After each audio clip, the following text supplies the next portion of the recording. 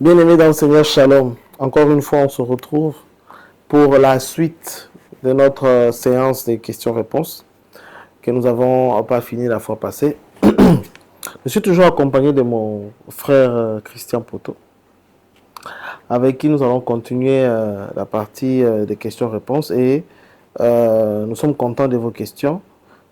Pendant l'émission, nous serons sûrement en train d'y répondre au fur et à mesure. Je suis tout à toi, Christian Poto. Bonjour Kwek, Ouais, c'est bonjour. encore un plaisir pour moi de me retrouver sur ce plateau. Ok, le plaisir est partagé. Dernièrement, nous avons procédé à notre série de questions-réponses par rapport aux 3 séries d'enseignements que vous avez données sur recevoir Jésus comme Seigneur et Sauveur. Exact. Donc, vous nous avez expliqué dans la première partie l'origine, la deuxième partie de quoi est-ce que Jésus nous sauve, donc d'où de la mort, et la troisième partie le pourquoi recevoir Jésus comme Seigneur et Sauveur. Okay. Et nous vous avons posé des questions sur l'origine déjà, et on s'est arrêté au niveau de la deuxième partie des enseignements sur la mort. Okay. Nous vous avons posé la question de savoir quand est-ce qu'on peut parler d'une mort spirituelle. Vous nous avez expliqué qu'on parle de la mort spirituelle. Enfin, on vous a posé la question de savoir quand est-ce qu'on est mort spirituel. Vous nous avez expliqué qu'on est déjà mort à cause du péché adamique. Et nous allons développer beaucoup plus cela au niveau de notre troisième partie.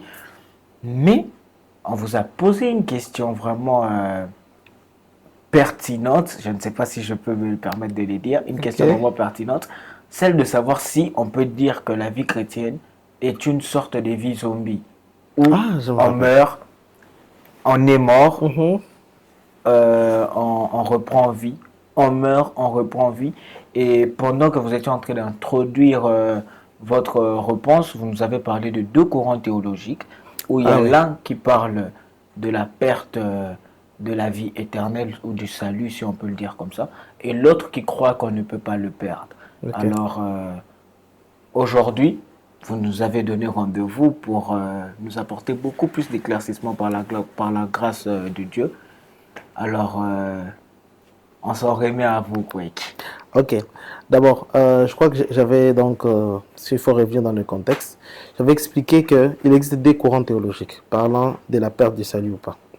Il y a un courant théologique qui sous-entend que le salut, on ne le perd pas dès le moment où on l'a.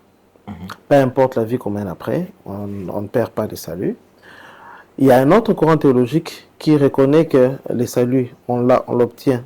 Les 2 courants d'abord reconnaissent qu'on l'obtient par la nouvelle naissance, donc en recevant Jésus-Christ comme Seigneur et Sauveur. Mais maintenant, l'autre courant dit, on peut l'avoir reçu comme Seigneur et Sauveur, on est sauvé à ce moment-là, mais entre le moment où on est sauvé, donc où on le reçoit, et à la période où on attend la fin de sa vie, qui peut aboutir soit par l'enlèvement ou par la mort terrestre ici, en fait, il faut mener une vie de sainteté. Sinon, on se disqualifie. Alors, quel est le courant qu'il faudrait préciser? D'abord, je vais commencer par le premier courant. Le premier courant parlant qu'on ne peut pas perdre la perte du salut. Ce courant dit qu'on ne perd pas le salut parce que cette vie est une vie éternelle et que c'est une vie des dieux qui est puissante, que la perte serait réduire sa force.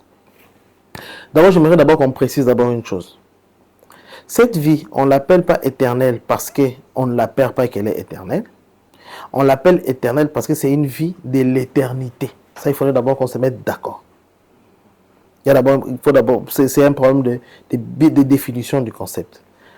D'abord, le mot vie éternelle n'existe pas dans sa version traduite parce qu'il faut le reconnaître, ce n'est pas un jargon français. C'est un emprunt, c'est un équivalent d'un concept hébraïque qu'on a apporté pour expliquer les principes en français. Parce que chez les Hébreux, l'être humain, comme j'avais expliqué, est tripartite. Donc il a 2 grandes parties. Il a sa partie physique et sa partie spirituelle. Sa partie physique vit, sa partie spirituelle aussi vit. Ok? Et les deux vies sont des vies différentes. La vie de la partie physique, ou le bios, etc., c'est géré au niveau de son âme, donc les psuké. Et la partie spirituelle, c'est les zoé. Alors, la partie spirituelle, c'est la vie qu'il mène au niveau de l'éternité auprès du Seigneur. Ok? Au niveau spirituel, la référence, c'est Dieu. Ok? Dieu étant la référence, cela signifie que vivre dans le monde spirituel, c'est mener une vie qui ressemble à celle de Dieu. Et quand on n'a pas cette vie-là, on a ce qu'on appelle la mort spirituelle. Comme notre esprit est à l'image et à la ressemblance de Dieu, donc elle a la vie spirituelle lorsqu'elle a une vie qui ressemble à celle de Dieu, elle inverse. Et quand tu n'as pas cette vie, automatiquement, tu es spirituellement mort. Ça, il faut d'abord qu'on précise. Mais maintenant, la question, celle de savoir, est-ce que cette vie, quand on la perd ou on ne la perd pas? Revenons tout au départ. Ok? Adam, quand il est venu sur la terre, quand Dieu l'a créé, il avait ce Zoé-là, il avait la vie éternelle. Ok? Est-ce qu'on est d'accord? Il avait la vie éternelle. Mais le fait d'avoir la vie éternelle ne l'a pas empêché de le perdre. Le fait d'avoir la vie éternelle ne l'a pas empêché de le perdre. Ok? Mais alors, quelqu'un me dira, oui, mais il a fallu qu'il y ait les sacrifices du Christ. Exactement. Les sacrifices du Christ ne nous remet pas exactement à la condition qu'avait Adam avant de pécher. Non. Il remet plutôt notre esprit, parce que Adam, avant la condition du péché, c'était son esprit et même son corps étaient conformes à la volonté de Dieu. Aujourd'hui, nous, quand nous recevons le Christ, notre esprit est régénéré, notre esprit est à l'image de Christ à cause de la présence du Saint-Esprit dans notre esprit. Mais par contre, notre âme et notre corps est encore tourné vers le mal. Notre âme, parce que l'âme se comporte suivant l'habitude qu'il a pendant un temps. Et vu qu'on a passé beaucoup de temps en train de commettre les péchés, automatiquement, il a tendance à vouloir répéter la même chose. Mais notre corps, on n'a rien à faire, il est voué au mal. Voilà pourquoi la Bible dit que notre vieil homme, c'est comme ça qu'on dit l'expression de la personne d'antan qui commettait les péchés, il dit, ceux qui marchent selon l'esprit ont crucifié le vieil homme. La pensée du mot crucifié ne signifie pas tuer. Quand Jésus était crucifié, il n'était pas mort sur la croix directement. Parce que l'objectif, parce que ce sont les Romains qui ont instauré ça, l'objectif de la crucifixion, c'était tuer quelqu'un à petit feu. C'est-à-dire une personne qu'on veut tuer, on le met sur une croix. L'objectif est qu'il souffre avant de mourir.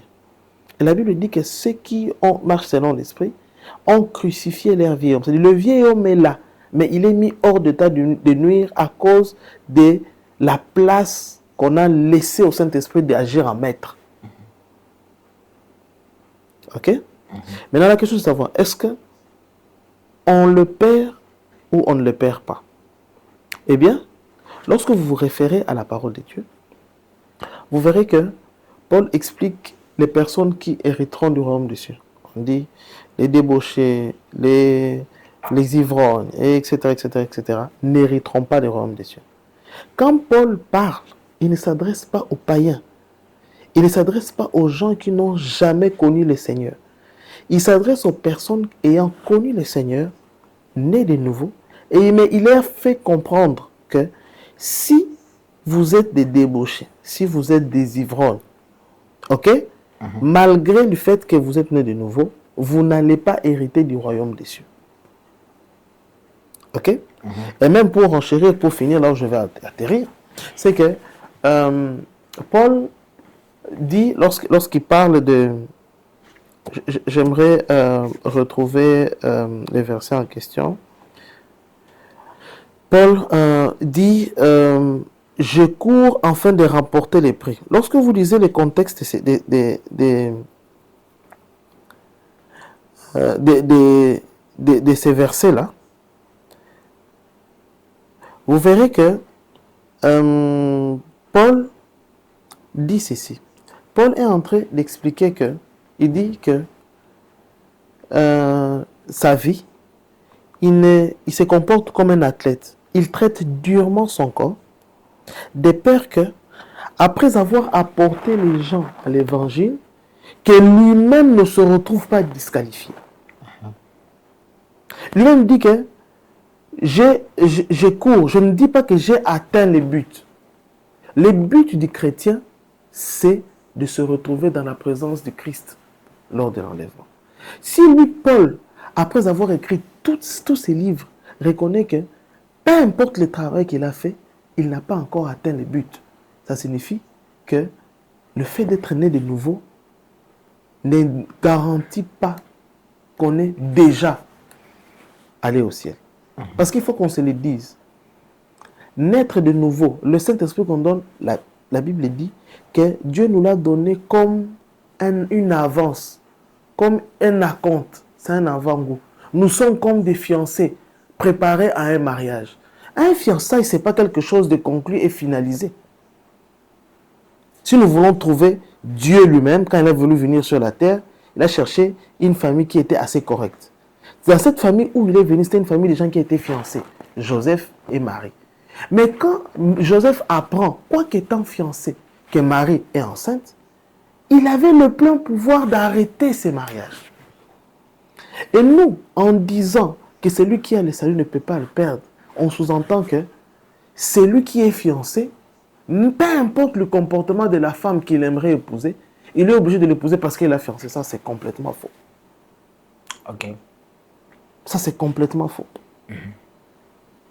Parce que Dieu se comporte comme étant, le Christ se comporte comme étant l'époux de l'Église. Mais le mariage oral, on appelle ça le nom, c'est-à-dire que le jour d'enlèvement, ça sera ça même, le mariage. Pendant cette période, nous sommes pendant la période du fiançailles. Et pendant la période du fiançailles, la relation, si l'un de deux camps se sent lésé, il a plein droit d'arrêter la relation. C'est en fait dans ce sens-là que, au regard des Écritures, dire que parce qu'on a les saluts, on ne la perdra pas, c'est faux. Premièrement, parce que son caractère éternel, on l'appelle vie éternelle, pas parce qu'on ne la perd pas, qu'on l'a éternellement, mais parce que c'est la vie qu'on mène dans l'éternité. C'est d'abord la première raison qui tombe déjà. Et deuxièmement, on peut la perdre parce que la relation que nous avons maintenant n'est pas déjà le mariage, c'est plutôt un fiançailles qui doit aboutir au mariage. Et un fiançailles, que ce soit dans la tradition juive, que ce soit dans la tradition ici de chez nous, quand un des deux camps se sent lésé, il a plein droit d'arrêter cette relation. C'est pour cela, moi, au regard de ces écritures, je suis du côté de ceux du courant qui dit que lorsqu'on est de nouveau, il est impératif de travailler sur son état. Parce que la grâce, ce n'est pas le fait d'aller au ciel sans fournir des efforts. Non, ça c'est un mensonge. La grâce, c'est le fait d'être imputé à justice alors qu'on n'a fourni aucun effort. Juste parce qu'on a cru à la personne de Jésus-Christ. Mais maintenant, maintenir cette vie éternelle, ça se travaille. C'est la raison pour laquelle même le Saint-Esprit ne se limite pas juste de nous sauver. Il nous donne même le fruit de l'Esprit. Parce que ce fruit-là, son objectif, c'est pour se perfectionner. Dieu ne chercherait pas à nous perfectionner si déjà le travail était déjà fini. Il ne se donnerait même pas la peine de laisser le Saint-Esprit. Parce que déjà le travail serait déjà abouti. Mais si le Saint-Esprit est avec nous, c'est parce qu'il y a encore du travail à faire pour maintenir cette vie éternelle. Exactement, c'est ça. Merci beaucoup, Kwek. Ça commence à prendre forme, surtout pour moi. Mais comme on l'avait dit lors de l'émission précédente, je prends aussi, je joue le côté de téléspectateur.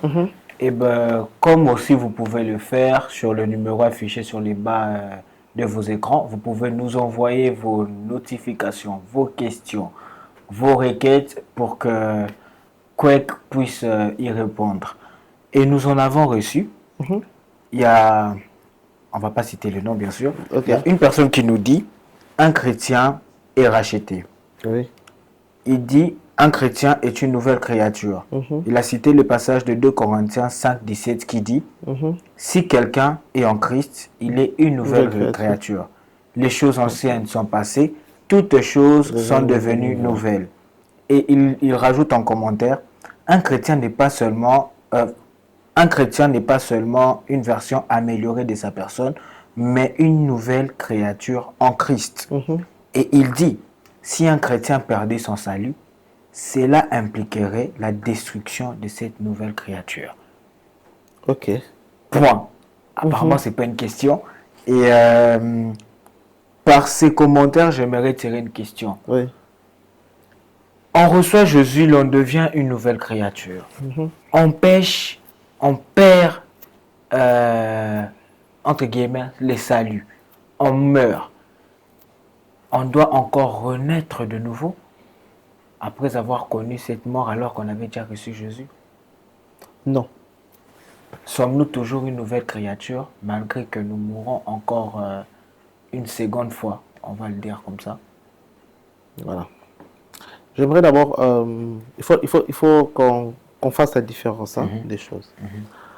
Naître de nouveau, c'est l'effet de se libérer de l'emprise de l'ennemi.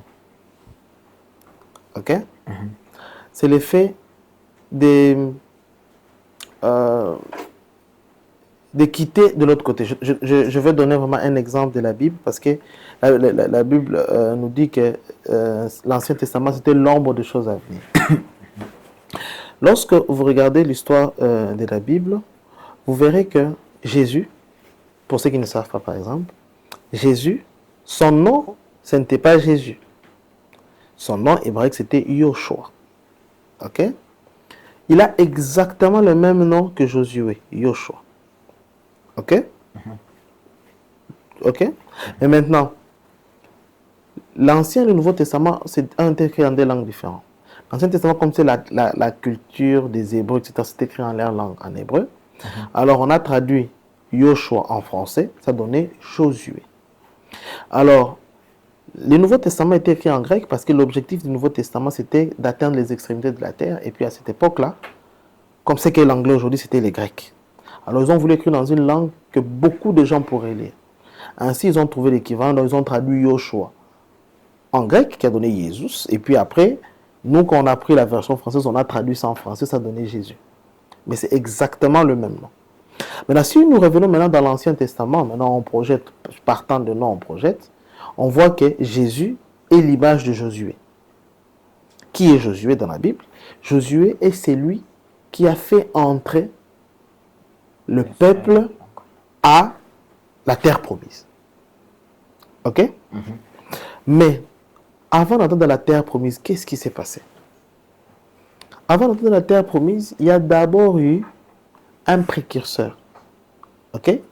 Une personne qui s'appelait Moïse, qui leur a permis de quitter l'Égypte, de quitter l'emprise de, comment il s'appelait? Pharaon. L'emprise de Pharaon face au peuple d'Israël s'est terminée le jour où ils ont traversé la mer Rouge. Parce que l'histoire dit que ils ont passé 400 ans, et puis après ils sont devenus esclaves, et puis étant devenus esclaves, ils ont commencé à être asservis. Dieu est passé par Moïse pour les libérer. Après être passé par 40 épreuves, qu'on appelle 10 épreuves, qu'on appelle 10 plaies, et au finish, ils n'en pouvaient plus, ils ont carrément décidé de les libérer. Alors lorsqu'ils les libèrent, après ils reviennent à leur décision, ils veulent que non, qu'ils ne partent pas, qu'on les récupère.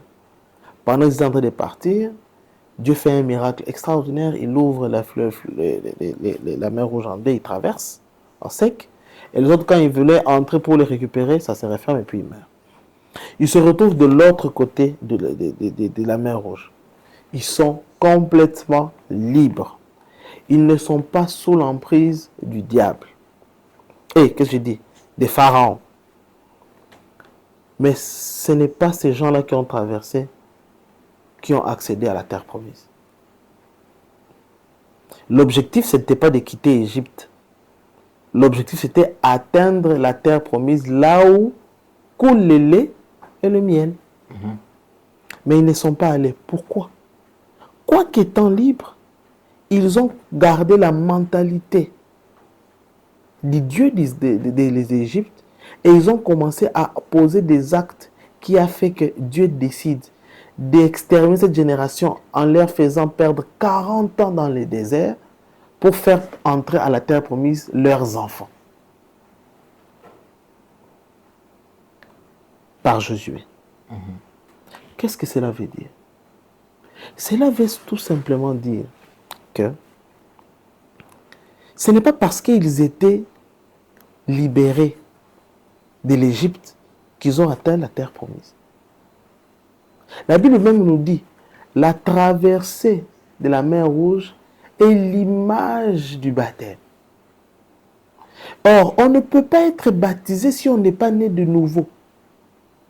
Ça signifie que si la traversée de la mer Rouge est l'image du baptême aujourd'hui, ça signifie qu'ils ont traversé étant sauvés de Pharaon, mais ils n'ont pas atteint les buts de la terre promise, parce que c'était ça l'objectif.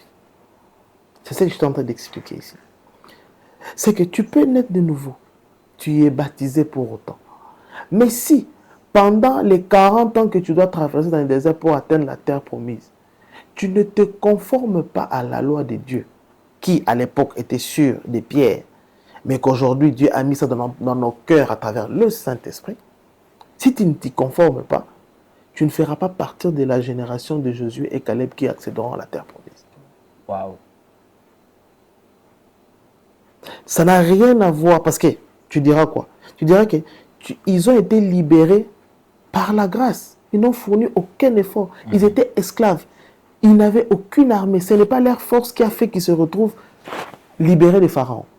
C'était le bras de l'Éternel qui les a libérés. C'était la grâce de Dieu. Dieu a décidé de lui-même de descendre, de prendre Moïse qui avait déjà fui, de les ramener en Égypte et avec sa force, de les faire sortir de la domination des pharaons. Mais ça, c'était la grâce. Mais pour arriver à la terre promise, il fallait qu'ils puissent marcher selon la loi. Aujourd'hui, notre loi à nous, elle n'est pas une loi au sens lévitique de la Bible, mais elle est plutôt une loi au sens de Melchizedek par rapport au Christ. Ok? Via le Saint-Esprit. Cette loi, Dieu l'a taillée dans nos cœurs. Et nous devons nous y conformer. Si on ne s'y conforme pas, on se retrouvera dans le même cas de ceux-là qui, quoique étant libres, ils n'ont pas accédé dans la terre promise. Notre terre promise, c'est le paradis, là où Dieu nous attend. Donc si, quoique étant nés de nouveau, ne nous conformons pas à la parole de Dieu, nous ne nous retrouverons pas là où, le jour de l'enlèvement auprès du Seigneur. C'est exactement ça. Waouh, c'est vraiment fort, Kwek. C'est vraiment fort. Je pense que c'est beaucoup plus clair. Ok. Je pense en tout cas que c'est beaucoup plus clair. Enfin, ça l'est déjà pour moi. Ok. Et je crois que la personne qui nous a envoyé ces affirmations a pu comprendre par les exemples que vous avez donnés, tirés de la parole de Dieu, bien sûr. Et nous allons passer au troisième point, le pourquoi recevoir Jésus. C'est l'un des points que vous avez aussi touché. Je l'ai expliqué déjà dès le début de l'émission qu'il y avait 3 points. Il y avait l'origine, il y avait de quoi Jésus nous sauve. Et là maintenant nous parlons du pourquoi recevoir Jésus comme Seigneur et Sauveur. Vous avez parlé de la malédiction qui se transmet par les sangs. Vous avez parlé du péché adamique que nous avons hérité depuis le péché de Adam et Ève au jardin d'Éden. Vous avez expliqué que cela s'est transmis par le sang. Voilà pourquoi il fallait qu'il y ait un autre homme qui est Jésus, qui doit venir pour nous sauver, etc. etc. Notre première question est la suivante. Kwek, si le péché se transmet par les sangs, pouvons-nous dire que Marie aussi, en elle, elle avait le péché adamique? Wow. Ou bien Marie avait peut-être reçu le Jésus qui n'était pas encore né? Pardon, répondez votre question. Pouvons-nous dire, pouvons-nous dire que Marie avait en elle le péché adamique? Si vous me dites non, c'est que Marie avait reçu le Jésus qui n'était pas encore né. C'est que Marie était déjà née de nouveau. Voilà pourquoi Marie a pu mettre au monde un bébé saint. Parce que d'après ce que je sache, Jésus n'a pas reçu Jésus comme Seigneur et Sauveur. Donc, est-ce que vous pouvez un peu me répondre Ok. juste sur cette question avant que je n'alimente un peu plus ma question? Alors la réponse, elle est simple. Marie, est-ce qu'on peut retracer sa généalogie? Oui. Matthieu nous le retrace. Luc le fait encore mieux. Et malheureusement, cette généalogie de Luc a abouti à Adam. Et s'il aboutit à Adam, c'est qu'elle a le péché adamique. Ok. Bon. Oui. Je Oui. vais continuer. Oui. Donc ça signifie que Jésus-Christ, si je veux aller plus loin, est mort à la croix aussi pour Marie. Ah bon. Jésus-Christ est né de Marie. Jésus-Christ est né de Marie, Et il est mort mais à la il est croix. mort à la croix pour Marie. Jésus-Christ était le Seigneur et Sauveur de Marie. Est-ce que Kwek a hérité du péché adamique? Oui. Pourquoi? Et Kwek a hérité du péché adamique parce que Kwek est descendant d'Adam, Tout comme Marie. tout comme Marie. Mais seulement, aujourd'hui, Kwek n'a plus ces liens-là parce que Kwek ne fait plus partie de la famille d'Adam, mais il fait partie de la famille de Jésus. Il existe une généalogie de Jésus. Oh oui, il existe une généalogie de Jésus. Il en existe deux. Il y a une généalogie de Jésus qui explique Matthieu et Luc, qui est la généalogie de Jésus-Christ homme. Mais il y a une deuxième généalogie de Jésus qui explique Jean, qui est celui de Jésus-Christ Dieu. La lumière. Voilà. Et lorsque Matthieu et Luc nous donnent la généalogie de Jésus, Matthieu écrit aux Hébreux. Et il écrit aux Hébreux parce que, selon les Hébreux, la prophétie qui donnait Isaïe, ça devait être un fils de David. Il donne la généalogie juste pour prouver que Jésus-Christ qui est là est fils de David. Ok. Ok? Mais maintenant, Jean, qui est aussi appelé la porte de l'amour, lui, il explique sa généalogie, la généalogie d'en haut, comme on dit. C'est-à-dire, il présente Jésus-Christ pas comme étant un être humain, mais comme étant un être divin. Ok. Voilà pourquoi il commence sa fameuse phrase en disant « Au commencement était la parole ». Quand nous lisons ça, parce que la plupart des fois, lorsque nous lisons en français, on lit avec la version, surtout nous les évangéliques, Louis II. Quand vous lisez la version grecque originale, et j'aime bien comment le traduit un français courant ou bien parole de vie, il dit « Au commencement, la parole existait déjà ». Tu vois comment il explique ça? Il dit au commencement, la parole existe déjà. Et puis il faut préciser que parole, là, c'est pas la voix. Le mot parole, ça vient de logos, qui signifie l'essence de Dieu. Ok? La capacité créatrice de Dieu. Ok? Et il explique que cette capacité créatrice de Dieu, c'est celle qui s'est incarnée sur une chair humaine pour venir sur la terre. Pourquoi? Parce que c'est tel que nous explique le livre d'Hébreux chapitre 10, c'est que au moment où le Christ, quand Dieu cherchait qui pouvait venir sur la terre, le Christ a dit « Je viens, ô Dieu, pour faire ta volonté parce qu'il s'agit de moi. » Pourquoi il dit « il s'agit de moi » Parce que tout ce qui a été créé, comme dit Jean, a été créé par elle. Et puisqu'il fallait créer de nouvelles créatures, eh bien, il fallait nécessairement lui, parce que c'est de lui qu'il s'agit, c'est lui qui est la partie créatrice, et il devait venir pour s'occuper de la nouvelle créature. Ok? Mais maintenant, pour expliquer la question de Marie, donc c'est vrai qu'il y a de ceux qui disent Sainte Vierge pour dire qu'elle n'a jamais commis ça, c'est faux. C'est une hérésie monumentale. On va arriver là. On Ah, va ok. arriver là, oui. Ok. On va arriver là. Donc, Ok. si je comprends bien, Oui. Jésus a une généalogie. Marie déjà, vous l'avez dit, Marie a une généalogie qui retombe sur Adam. Oui. Donc, Marie a effectivement hérité aussi du péché adamique. Oui. Et vous avez parlé de la généalogie de Jésus, de deux généalogies.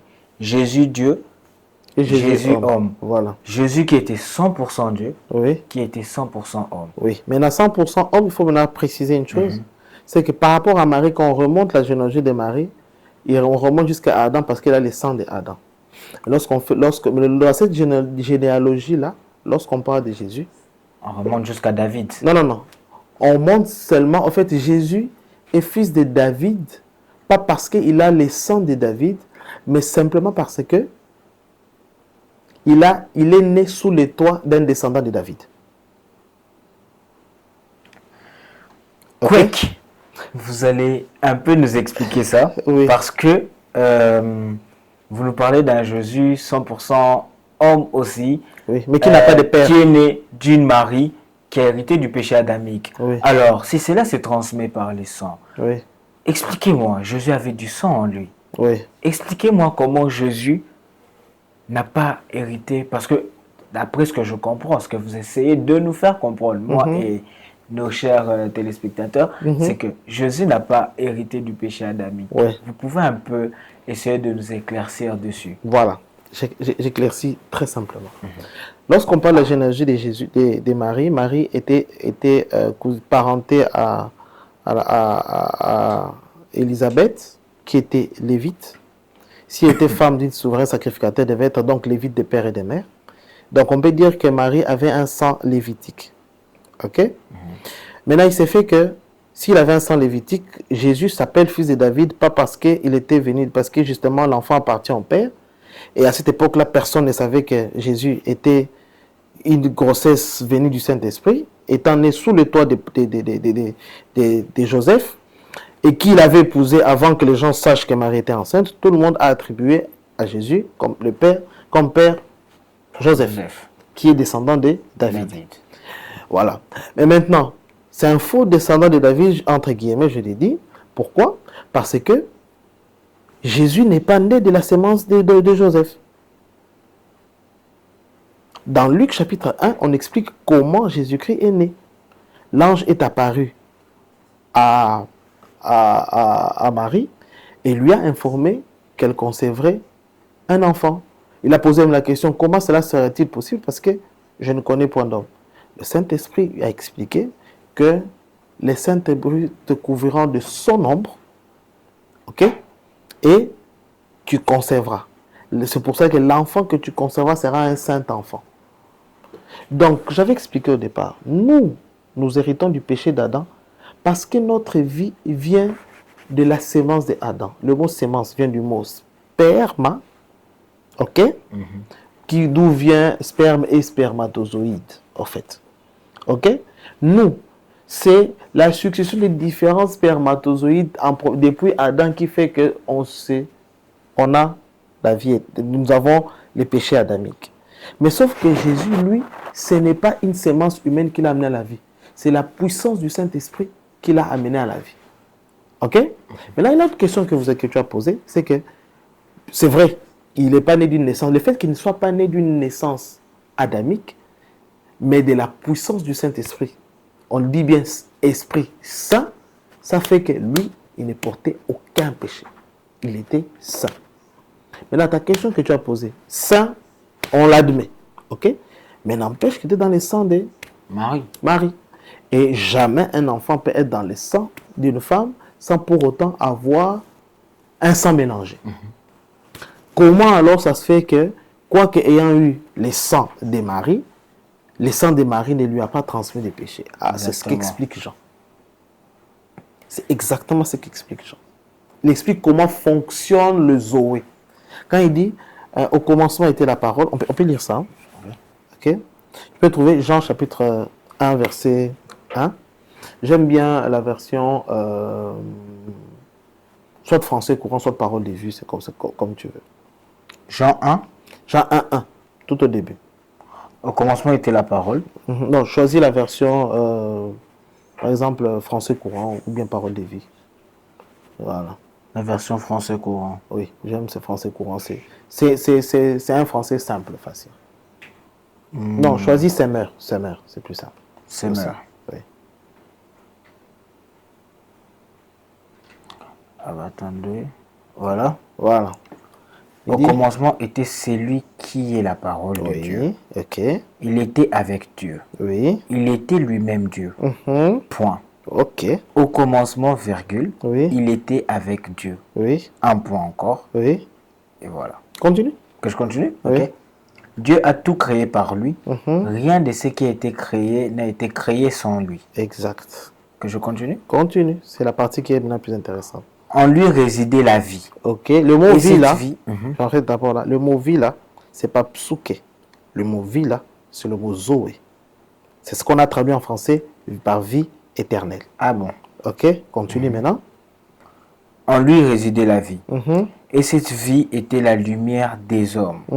La lumière brille dans les ténèbres et les ténèbres ne l'ont pas étouffée. Voilà. Ça signifie quoi? Ça signifie que il explique en fait comment fonctionne la vie, le Zoé.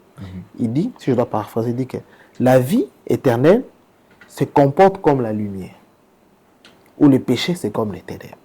C'est-à-dire, quand la lumière vient dans un lieu ténébreux, peu importe la quantité du ténèbre qui est là-bas, une petite lumière quand elle vient là, le ténèbre n'est jamais à mesure de pouvoir l'étouffer.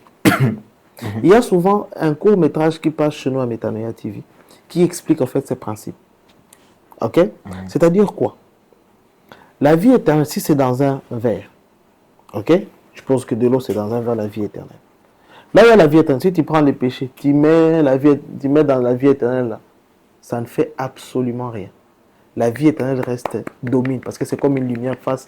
C'est comme si tu prenais l'obscurité, tu mettais ça là, la lumière, ça ne va absolument rien faire. Ok? Maintenant, qu'est-ce qui s'est passé en fait avec Adam, avec Jésus et Marie? En fait, Jésus est venu avec la vie éternelle dans le ventre de Marie. Le sang de Marie est venu se mettre dans cette vie éternelle-là avec les péchés qu'il avait. Mais la vie éternelle est un élément absorbant du péché.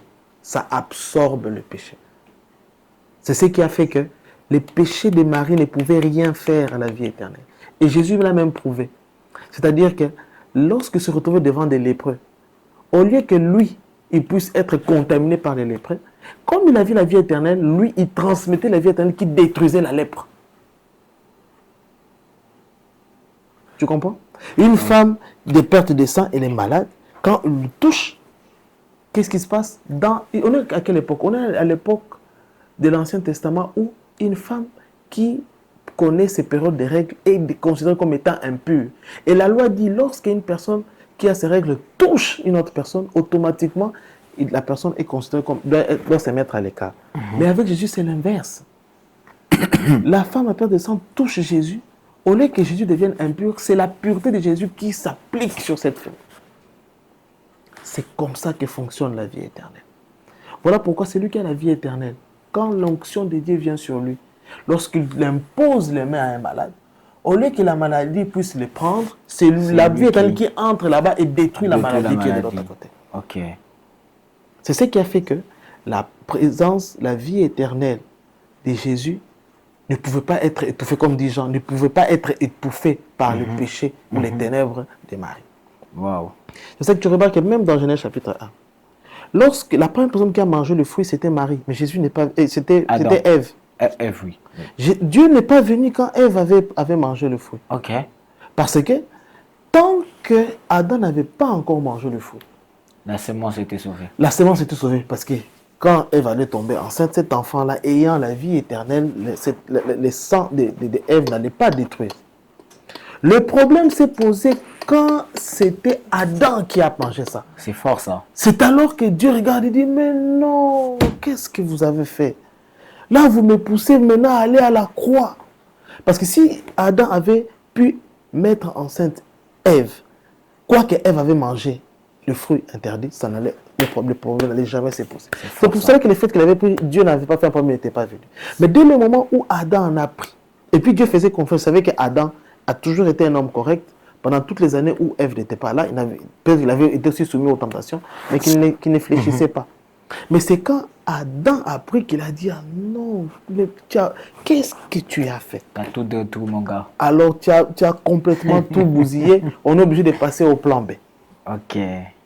C'est en fait comme ça que fonctionne la vie éternelle. Merci beaucoup, Kwek, pour cette lumière encore une fois. Je crois que les téléspectateurs seront d'accord avec moi. Vraiment, c'est encore un gros coup de lumière que tu as apporté. Mais il y a encore autre chose. Vous l'avez si bien dit que Jésus était porteur de la vie éternelle. Et lorsque cette vie éternelle était au contact du sang de Marie, la vie éternelle dominait. C'est un peu comme maître de l'obscurité. Ça absorbe. On reçoit Jésus pour avoir la vie éternelle.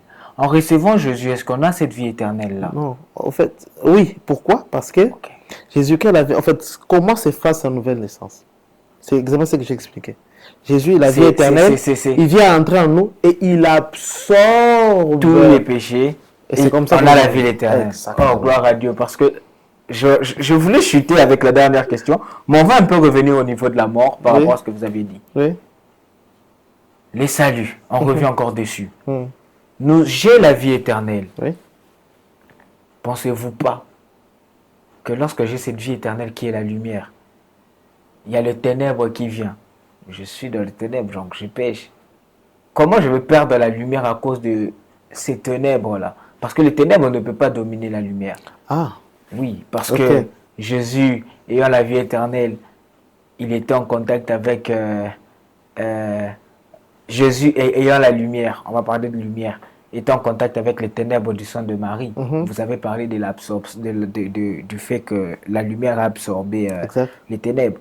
Vous avez même parlé de la personne portant la vie éternelle qui touche les malades et c'est la vie éternelle qui l'emporte. Comment alors moi qui ai déjà la vie éternelle, moi qui suis chrétien, vous me parlez encore de la perdre à cause d'un ténèbre? Ok.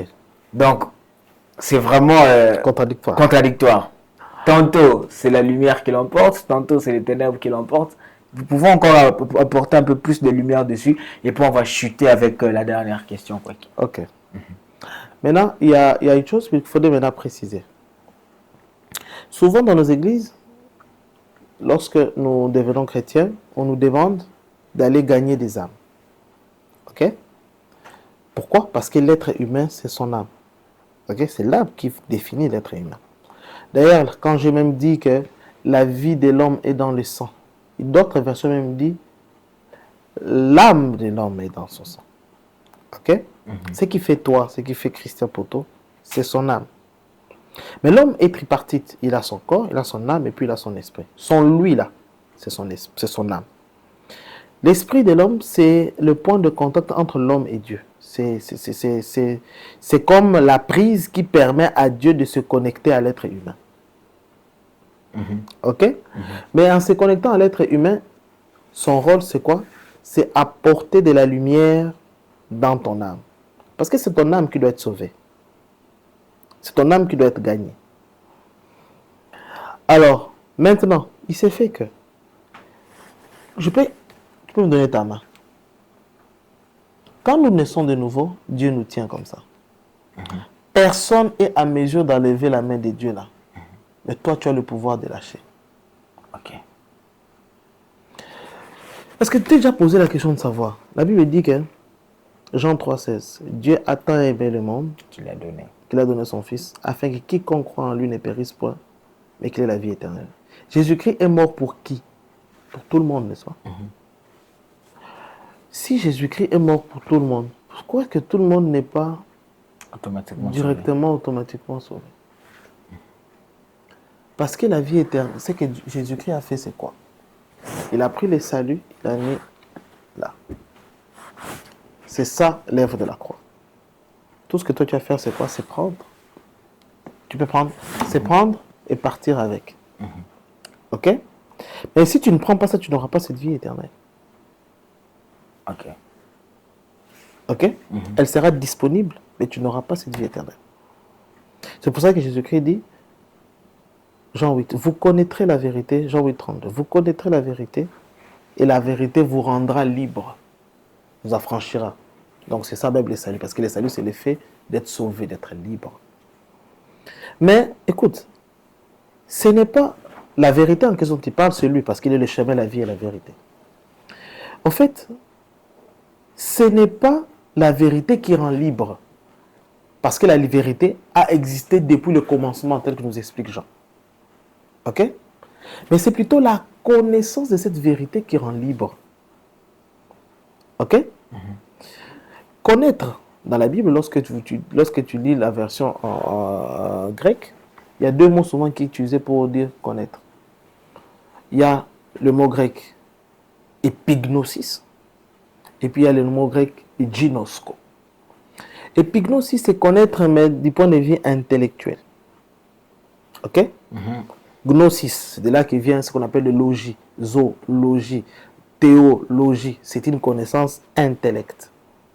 Ok? Mais ginosko, c'est connaître, mais dans le sens d'intimité. Quand par exemple Marie dit dans Luc chapitre 1, comment cela sera-t-il possible? Je n'ai point connu d'homme. Ce n'est pas qu'il ne connaissait pas ce que signifiait. Non, parce qu'il avait même un fiancé. Ok? Mais, d'autres versions comme français courant, je crois, il dit, je n'ai jamais couché avec un homme. Un peu comme quand on dit Adam connut Ève. Exactement. Quand on dit Adam connut Ève, sa femme, et enfanta Caïn. Ok? Le mot connaître là, c'est qu'il était en intimité. En fait, ce qui rend libre, ce n'est pas la connaissance intellectuelle. C'est la communion qui rend libre. C'est le contact. C'est ça qui rend libre. C'est ça qui sauve. Ok? C'est ça qui signifie, vous connaissez la vérité vous affranchira. C'est lorsque tu es en communion avec cette vérité. Or, cette vérité-là, aujourd'hui, est dans le Saint-Esprit. Voilà pourquoi Paul, lorsqu'il dit que l'amour de Dieu le Père et la communion du Saint-Esprit soit avec vous. Si tu n'es pas en communion avec cet esprit, tu ne seras pas sauvé. Ok? Tu ne seras pas sauvé. C'est cette communion qui permet à ce que tu sois sauvé. Voilà pourquoi, là où je chute vraiment, dans les livres d'Apocalypse, on dit souvent, les gens qui interprètent mal, ils disent, si tu es ni chaud ni froid. C'est pas ce que dit la Bible. Tu peux lire dans toutes les versions qui existent. C'est pas ce que dit la Bible. La Bible dit, si tu es ni bouillant ni froid, tu seras rejeté. Tu sais où se trouve la différence? Une eau bouillante, c'est une eau qui est sur une plaque chauffante. Oh, waouh! Dès lors que tu soulèves l'eau qui est en train de bouillir, tu le sors de la plaque, ça cesse de bouillir. Elle est chaude mais pas bouillante. Elle est chaude mais pas bouillante. C'est pas chaud, c'est pas ce que Dieu dit pour rejeter. Il faut que tu sois bouillant pour qu'il ne te rejette pas. Et rejeter là, c'est ça même, ne pas être sauvé. Tu comprends? Alors, qu'est-ce qui fait que là, or, dès le moment où il n'y a plus de communion, ça signifie que les ténèbres est entré. Parce que c'est noir ou blanc. Il n'y a pas d'intermédiaire. Ok, c'est pour ça que même Jean symbolise ça par la lumière. Quand il n'y a pas de lumière, c'est automatiquement qu'il y a les ténèbres. Parce que s'il y a même un truc, c'est qu'il y a déjà la lumière. Mais quand il n'y en a pas de lumière, c'est que c'est automatiquement les ténèbres. Ok? Et pour chuter, je vais dire que c'est la communion avec Dieu via le Saint-Esprit, parce que Dieu sur terre, c'est le Saint-Esprit. Ok? C'est la communion avec le Saint-Esprit qui nous sauve. Voilà pourquoi il dit que si tu es ni bouillant ni froid, il va te rejeter. Voilà pourquoi il dit que vous connaîtrez la vérité et celle-ci vous rendra libre. Parce que vous serez en communion avec cette vérité-là, c'est alors que vous serez libre. Et cette communion-là, c'est comme je t'ai expliqué, tenir la main. Dieu ne te lâchera pas. Mais toi, tu as plein pouvoir de les lâcher. Et si tu les lâches, il ne peut rien faire. Parce qu'il n'est pas imposant. Mais, comme dit la Bible, l'esprit du prophète est soumis au prophète. Dieu créateur, quand il est en toi, il se soumet à ta volonté. Donc, tant que ta volonté à toi, c'est de rester en communion avec lui, eh bien, tu resteras comme ça jusqu'à cette expérience. Il viendra te trouver. et il va te sauver. Merci beaucoup, Kwek.